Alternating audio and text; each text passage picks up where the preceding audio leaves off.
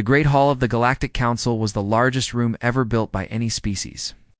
It floated in the darkness between stars, a massive station where representatives from 47 different alien races gathered to decide the fate of civilizations. Today, that fate belonged to humanity. High Arbiter Torvin stood at the center of the chamber. He was a Kelethi, a being with 4 eyes and hard shell covering his body. His mandibles clicked together as he looked around the room with satisfaction. He had worked for 5 years to reach this moment. "The vote is complete," he announced. 43 species have voted in favor.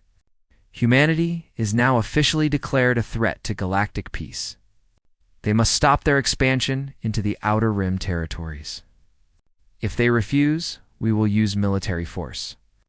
Ambassador Linda Grant listened to these words from her seat at the human delegation podium. She was 53 years old, with gray hair and tired eyes. She had spent 20 years of her life trying to make friends among the stars. Now she watched everything fall apart. She stood up slowly. Every eye in the chamber turned to look at her. "High Arbiter," she said, keeping her voice calm, "I must protest this decision. Humanity has broken no laws. We have only settled on empty worlds where no one else lived. Empty worlds today," hissed Representative Crix of the Marathi Collective.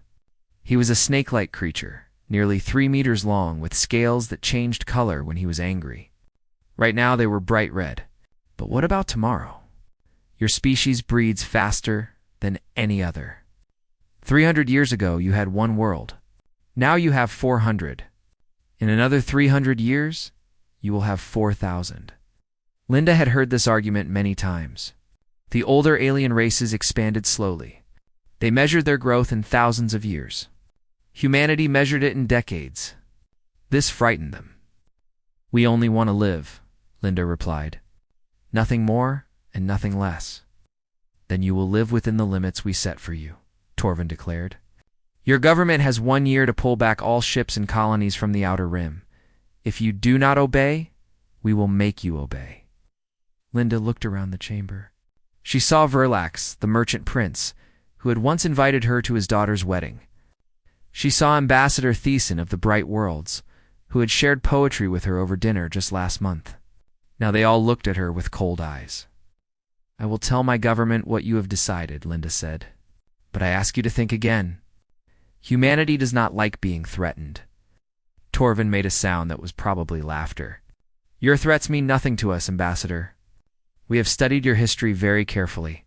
We know exactly what humans do when they go to war."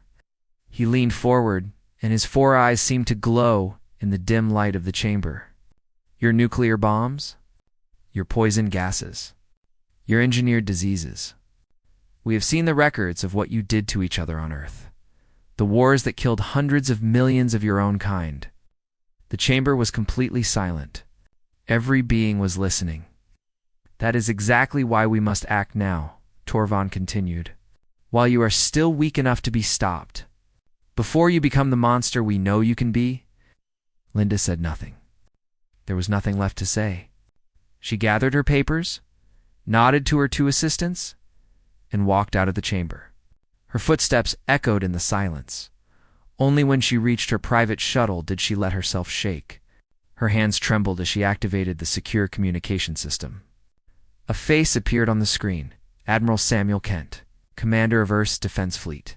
He was 60 years old with gray eyes that had seen too many battles. "Ambassador," he said, "I can see from your face that the news is bad."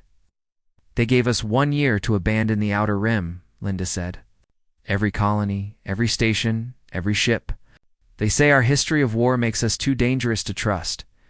Kent was quiet for a long time. When he spoke again, his voice was very soft.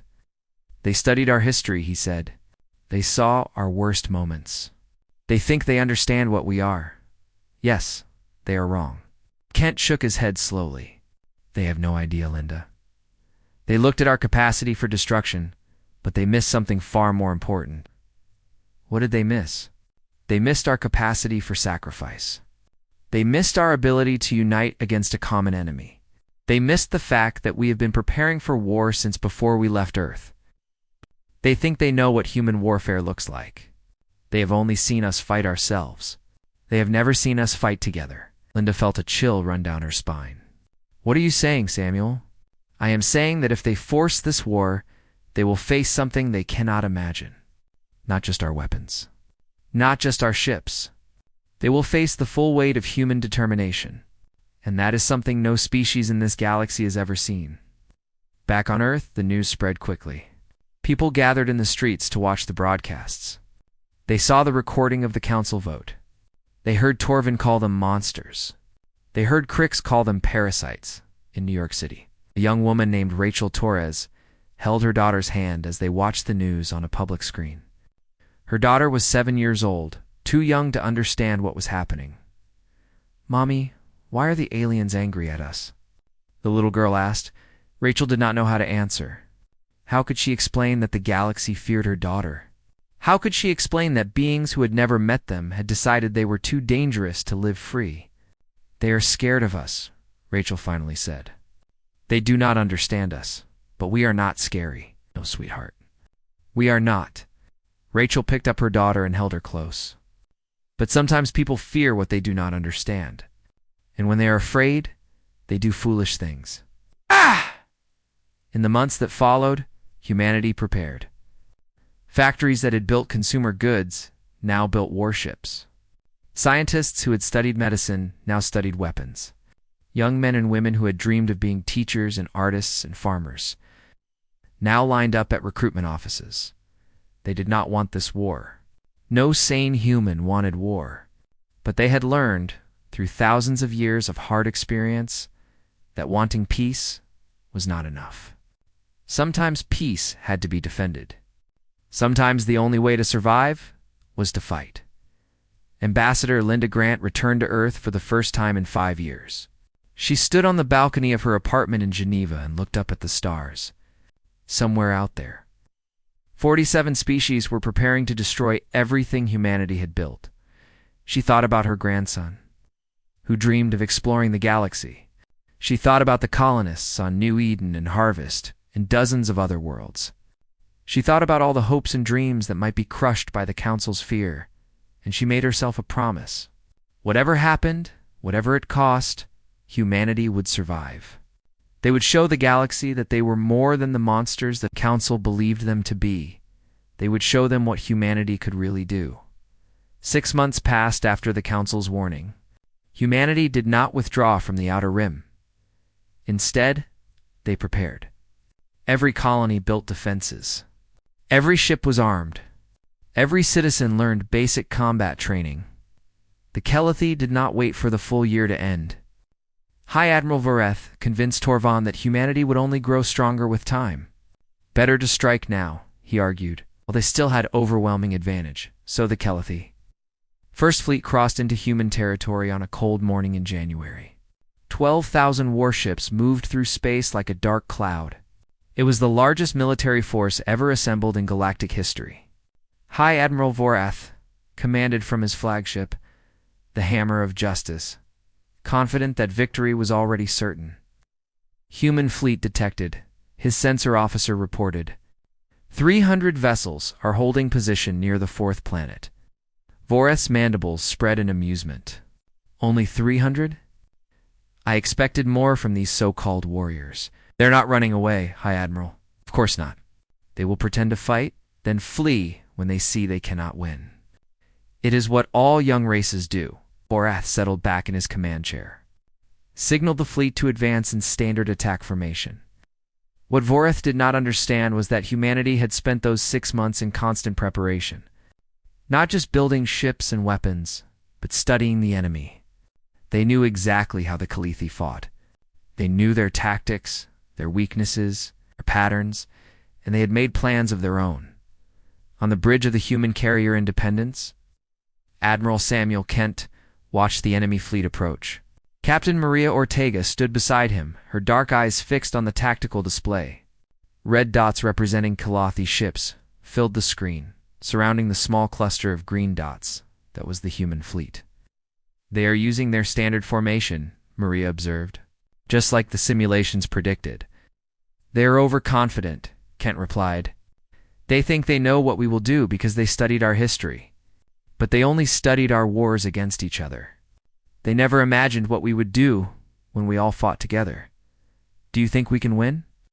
Kent was quiet for a moment. He thought about the 300 ships under his command. He thought about the 12,000 ships coming to destroy them. The math was clear.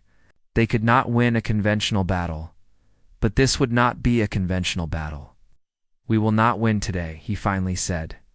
"But we will make them pay a price they never expected.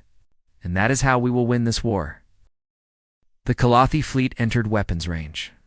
Beams of energy shot across space, striking the human ships. Shields flared bright and then failed. The destroyer Courage exploded in a ball of fire, killing all 200 crew members instantly, and the human fleet did not retreat. Instead, they charged forward. Voroth leaned forward in his chair, confused by what he was seeing. "What are they doing?" "They should be running. They're accelerating toward us, High Admiral. All ships are attacking." "That makes no sense." "They are committing suicide." The Independence shook as an energy beam tore through her port side. Alarms screamed throughout the ship. Maria grabbed a console to keep from falling. "Hull breach on decks 7 through 12, someone shouted. 60 crew members lost." Kent did not flinch. "All ships close to minimum range." "Launch fighters? Prepare boarding parties." Voroth watched in growing horror as the tiny human fleet threw itself against his armada. Ships that should have been retreating instead accelerated toward his vessels, firing every weapon they had. They were not trying to survive. They were trying to take as many enemies with them as possible. "They are launching small craft," his sensor officer reported. "Thousands of them. Fighters. Against capital ships." "No, High Admiral. They appear to be boarding pods." Voroth felt cold fear for the first time. "Boarding pods? They cannot be serious. We have 12,000 ships, but they were serious." Human Marines crashed into Kalathi vessels by the hundreds. They fought through corridors and chambers, using weapons and bare hands and anything else they could find. They died in enormous numbers, but they kept coming. Private Danny Coleman was 19 years old. He had grown up on a farm in Nebraska, where his biggest worry had been whether the corn harvest would be good. Now he crawled through the smoking ruins of a Kalathi cruiser, stepping over the bodies of friends and enemies. He found the engineering section. He found the main reactor. He understood what he had to do. There was no time to be afraid. No time to think about home, or family, or the future he would never have. He simply did what needed to be done. His last thought before he triggered the overload was of sunshine on wheat fields. The cruiser exploded. 2 nearby ships were caught in the blast and destroyed as well. Across the battlefield, similar scenes happened again and again. Human soldiers gave their lives without hesitation. Human pilots flew their damaged fighters directly into enemy engines. Human crews stayed at their posts even as their ships burned around them. The Kalathi had expected humanity to fight like other species, desperate and chaotic, driven by fear and self-preservation. Instead, they found something they had never seen before. They found discipline. They found coordination. They found a species that had spent thousands of years fighting itself and had learned lessons no other race in the galaxy knew. They learned that humans could sacrifice themselves for something larger than themselves. They learned that humans could face certain death and keep fighting anyway. They learned that the will to survive was nothing compared to the will to protect. After 6 hours, the first Kalathi ships began to retreat. Their crews had seen too many friends die. They had watched boarding parties appear on ship after ship, fighting with a ferocity that defied understanding. After 12 hours, the retreat became a complete rout. The mighty Kalathi First Fleet, the largest armada ever assembled, fled from 300 human vessels. What remained of the human fleet did not chase them. Of the 300 ships that had stood at New Eden, only 54 were still functional. Over 80,000 human soldiers, pilots, and crew members had died in those 12 hours. But behind them, New Eden still existed. 2 million colonists were still alive. The invasion had been stopped.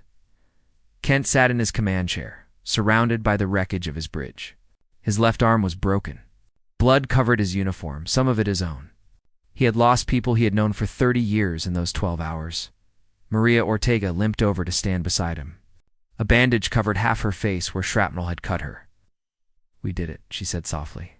"We actually did it." "This was only the first battle," Kent replied. "They will be back. With more ships. With new tactics. This war is just beginning. Do you think we can survive?" Kent looked at the tactical display, at the scattered remains of his fleet, at the distant stars that held so many enemy worlds. He thought about Danny Coleman and all the others who had given everything today. "I do not know if we can win," he admitted, "but I know we will never stop fighting. And maybe that is enough." The news of the Battle of New Eden spread across human space within hours. People who had been afraid felt hope for the first time. Soldiers who had doubted their training found new courage. Humanity had faced impossible odds and survived. They had paid a terrible price, but they had shown the galaxy something important. They were not prey to be hunted. They were not a problem to be solved. They were humanity, and they would never surrender. The war lasted 7 years. It was not decided in a single great battle, but in thousands of smaller fights across hundreds of worlds. The Galactic Council, shocked by what happened at New Eden, sent more and more ships against humanity. They were certain that eventually the humans would run out of soldiers. Out of ships, out of will, they were wrong. On the colony world of Harvest, Commander Katie Brooks led the resistance after the Kalathi occupation. She was 31 years old, a former agricultural engineer who had designed irrigation systems before the invasion. She had never held a weapon in her life until the enemy came. Now, she commanded 3,000 fighters who hid in the mountains and forests of her homeworld. They struck at night, destroyed supply convoys, killed enemy soldiers, and disappeared before the Kalathi could respond. Her lieutenant was a young man named Peter Reyes. He had been a schoolteacher before the war, and sometimes Katie could still see the gentle man he used to be beneath the hardened soldier he had become. "They burned the eastern settlements yesterday," Peter reported, as they sat in their hidden camp. "Everyone who did not escape was killed. They are trying to make us angry enough to attack openly." Katie studied the map of her world. She knew every river, every mountain, every valley. She had grown up here, had planned to raise her children here. The Kalathi had taken all of that from her, but they had not taken her determination. "Then we hit their supply depot tonight," she said. "Tomorrow, their communication array. The day after, whatever hurts them most. We make them bleed for every meter of ground they hold. How long can we keep this up?" Katie looked at Peter with eyes that had seen too much death. "As long as it takes. That is what they do not understand about us. War is not something we do sometimes. It is part of who we are. We have been fighting since before we could write. We will keep fighting until the last human draws breath." Peter nodded slowly. He had seen enough in the past 2 years to know she was right. The Kalathi expected the occupation to break human spirit. Instead, it only made them more determined. That night, they destroyed the supply depot. 3 resistance fighters died in the attack. 47 Kalathi soldiers were killed.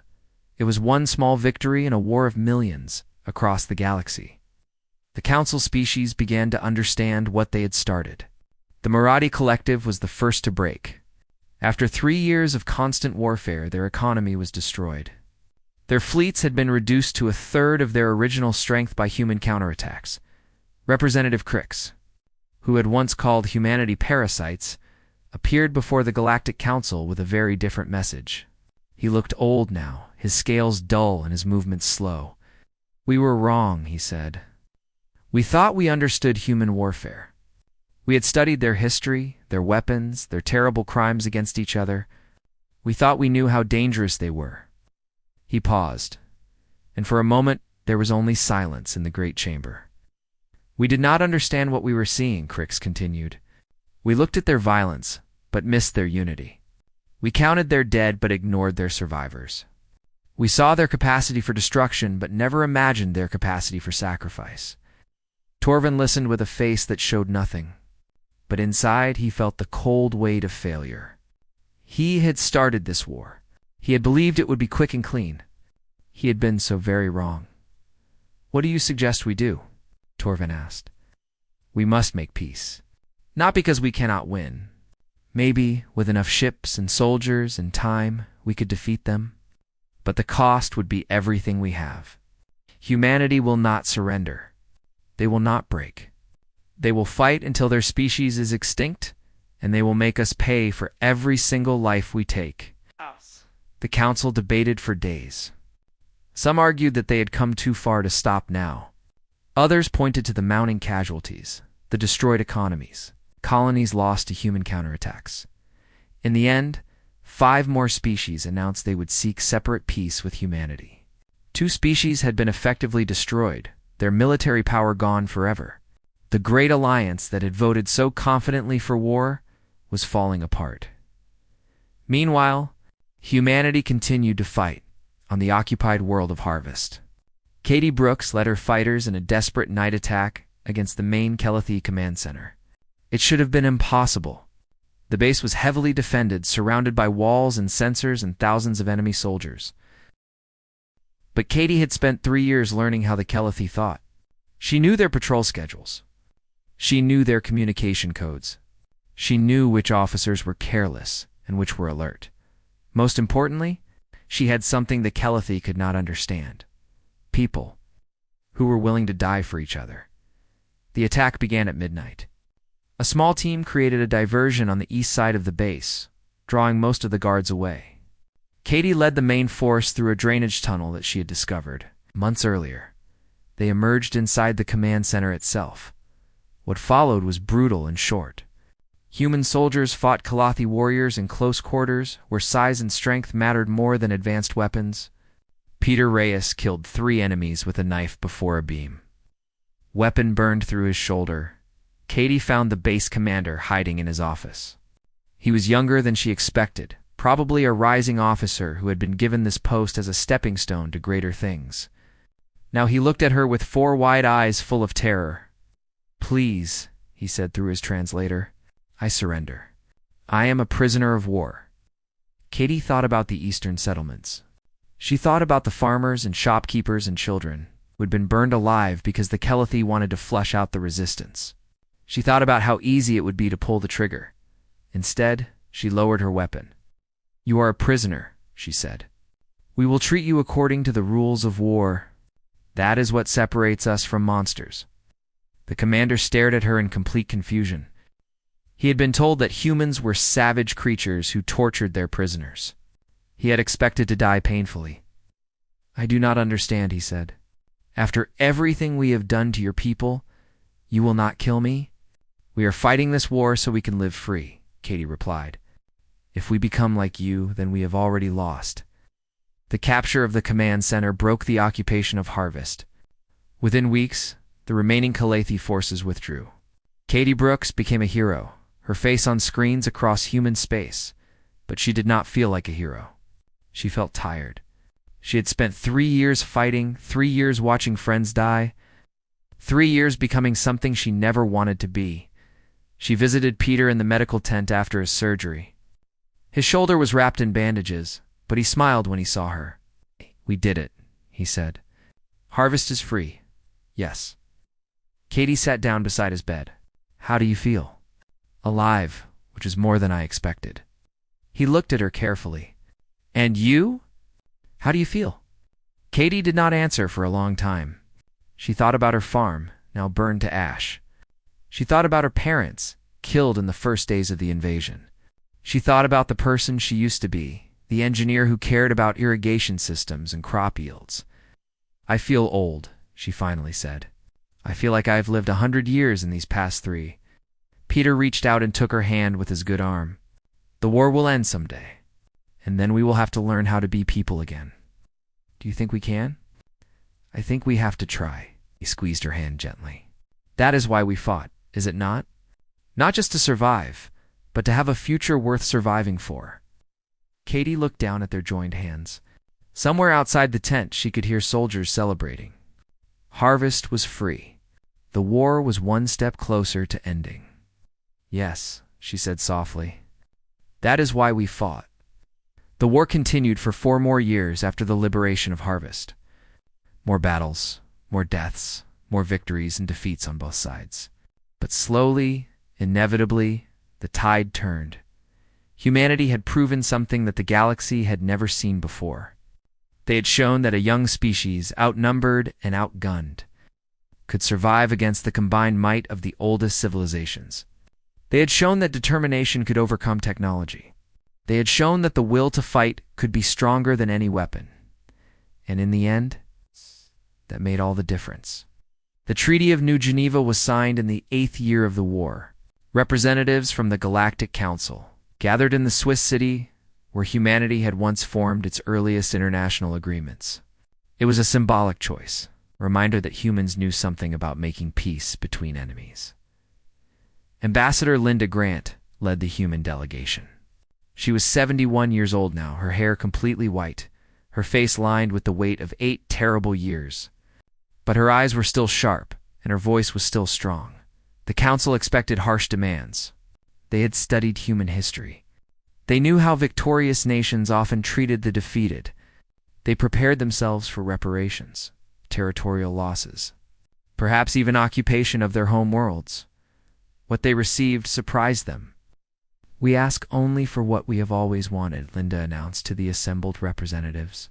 "The right to live in peace, the right to grow and expand, the right to be treated as equals among the stars." Torvin stared at her with all 4 eyes. He had expected anger. He had expected revenge. This mercy was something he could not understand. "You demand nothing else?" he asked. "No payment for your losses? No punishment for those who started this war?" "We have already lost too much," Linda replied. "Millions of our people are dead. Dozens of our worlds were damaged or destroyed. We have spent 8 years learning how terrible war truly is." She paused and looked around the chamber at the faces of beings who had once voted to destroy her species. Some of them met her gaze. Others looked away in shame. "We did not fight this war for revenge," Linda continued. "We fought because you gave us no choice.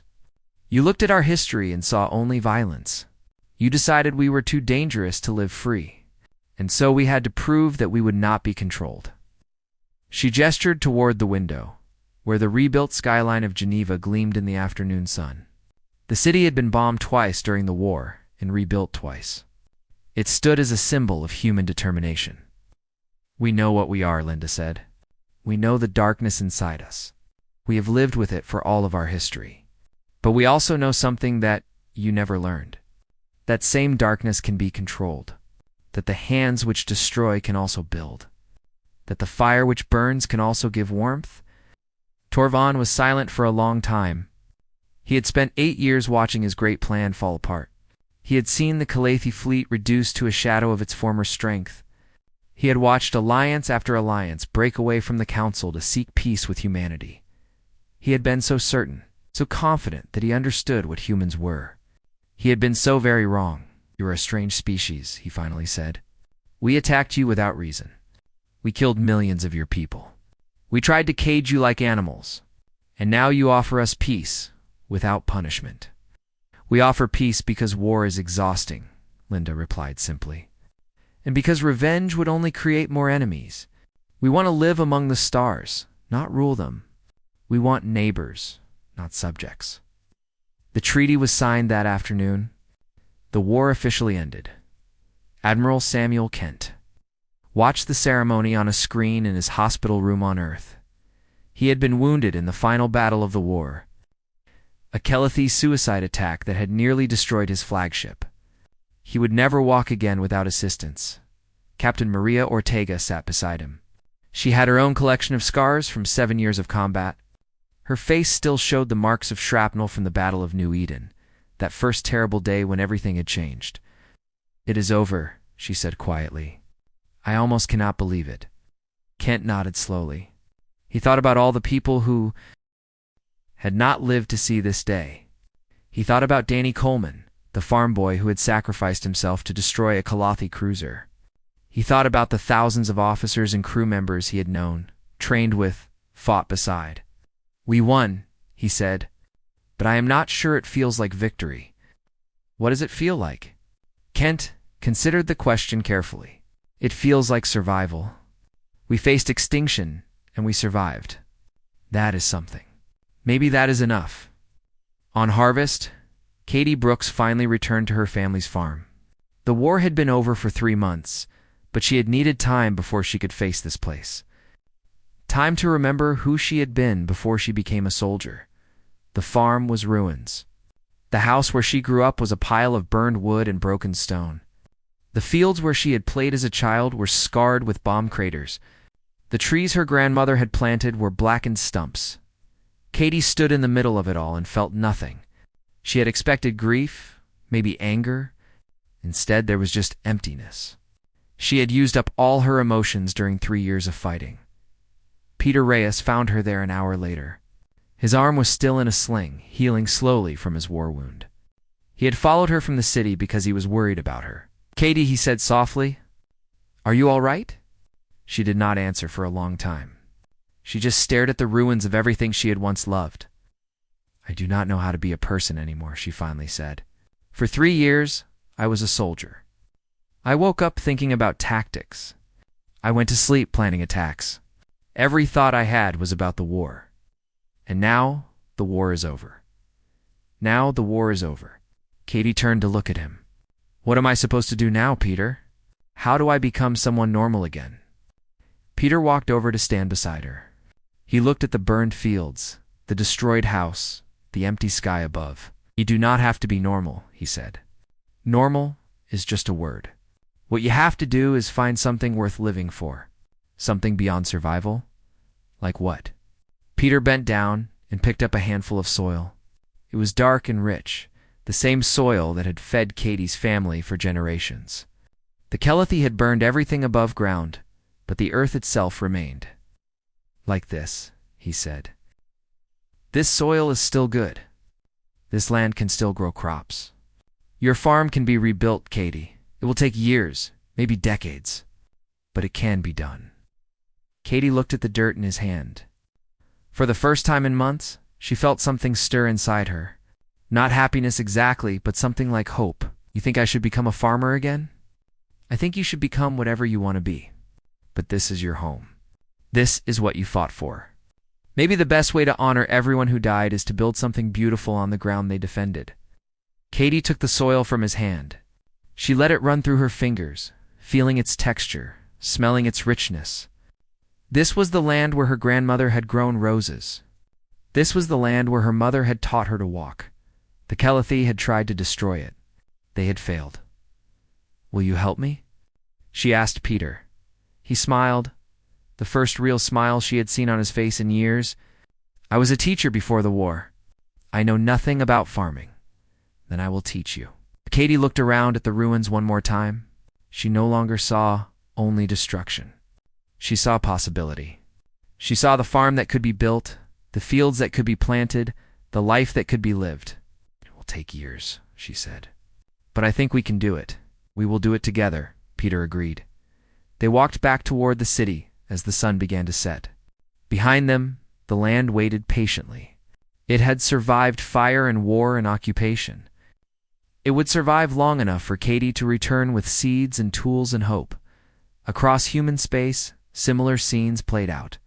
Soldiers became farmers. Engineers became builders. Warriors became healers. The skills that had won the war were set aside, and new skills were learned. It was not easy. Many veterans struggled with memories of battle.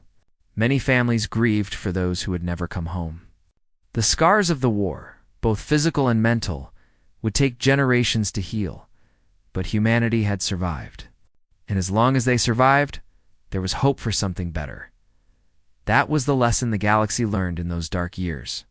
Humanity was dangerous, yes. Capable of terrible violence, yes. But also capable of something more. Capable of rebuilding, capable of forgiving, capable of turning weapons into plowshares and enemies into friends.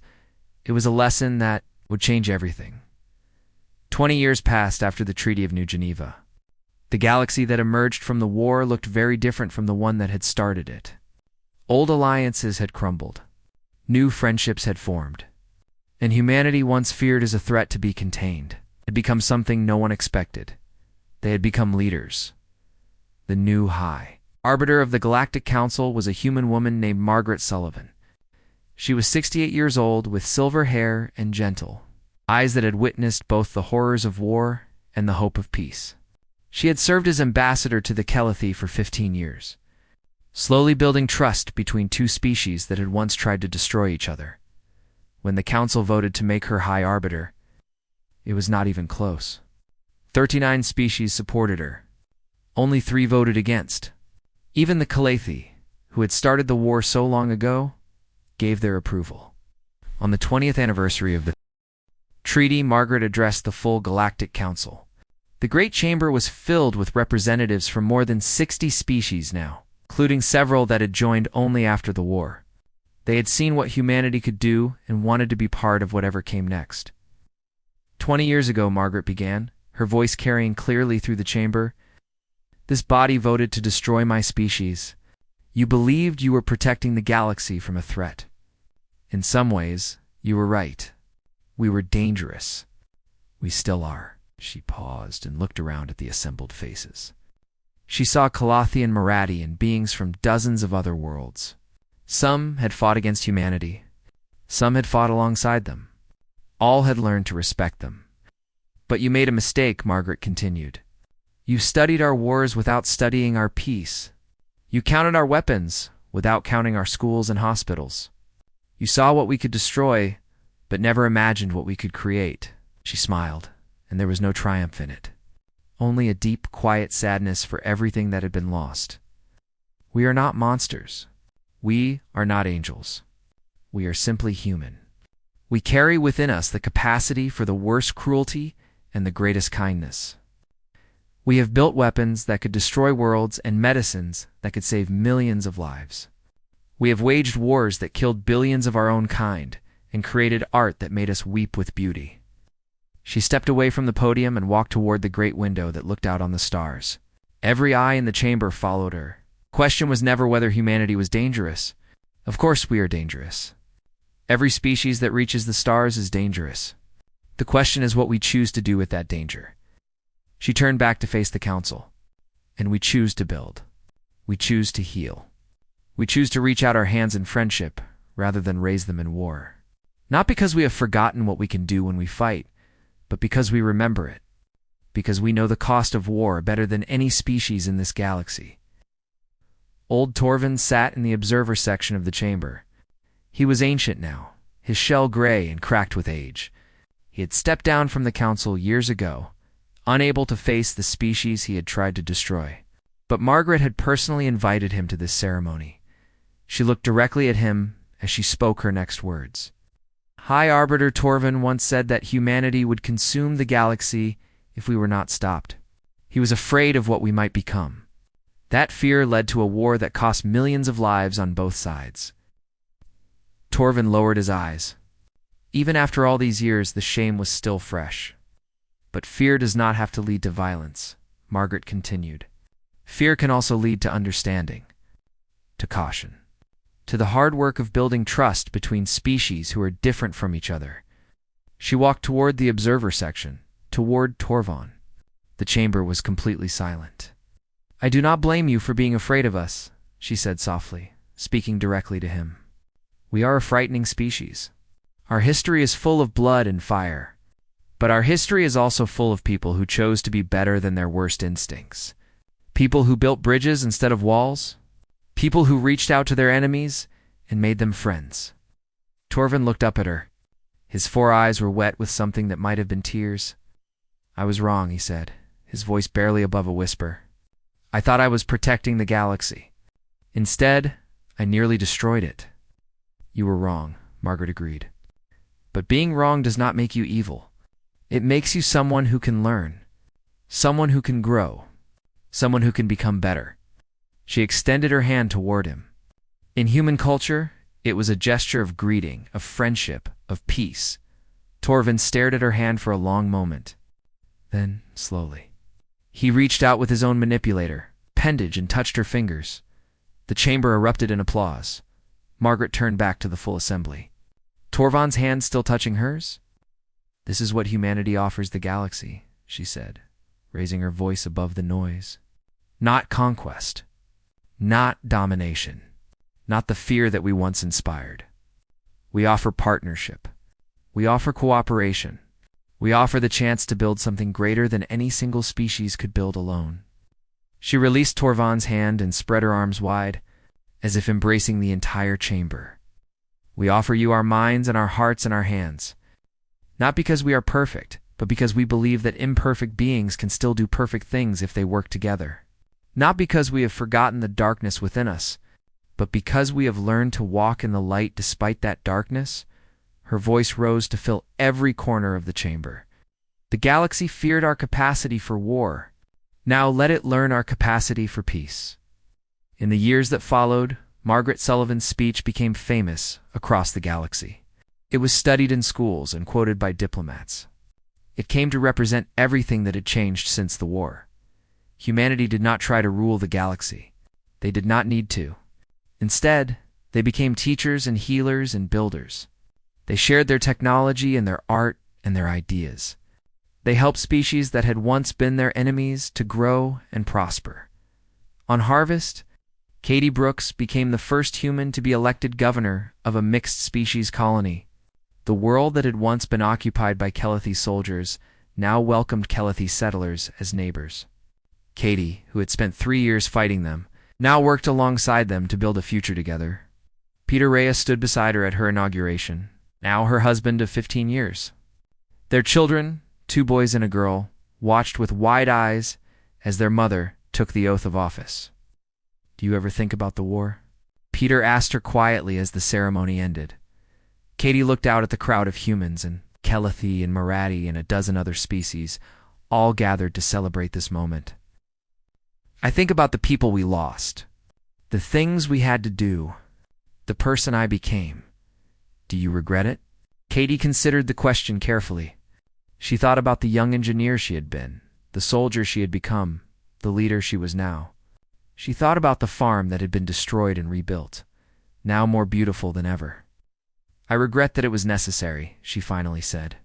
"But I do not regret fighting for our survival. I do not regret showing the galaxy that humanity could not be broken." She looked at Peter with a small smile. "And I do not regret finding you in the middle of all that darkness." Peter took her hand. "Neither do I." Across the galaxy, in the great chamber of the Galactic Council, a new session began. Representatives from 70 species took their seats, ready to debate and discuss and build the future together. Among them sat humans, once feared as monsters, now respected as partners. Margaret Sullivan looked around the chamber one last time before calling the session to order. She thought about Linda Grant, who had fought so hard for peace and had lived just long enough to see it achieved. She thought about Samuel Kent, who had won the impossible victory at Nu. Edenin spent his remaining years teaching. Young officers, that war should always be the last resort, she thought about. All the humans who had sacrificed so much so that this moment could exist. Then she raised her gavel and brought it down. "The Galactic Council is now in session," she announced. "Let us begin the work of building a better future." Outside the great windows, the stars burned bright and cold and eternal. They had seen empires rise and fall, species evolve and die, wars rage and end. They had seen humanity crawl out of the mud of a single planet and reach for the heavens. And now they would see what humanity could build when it finally had the chance. The story was only beginning.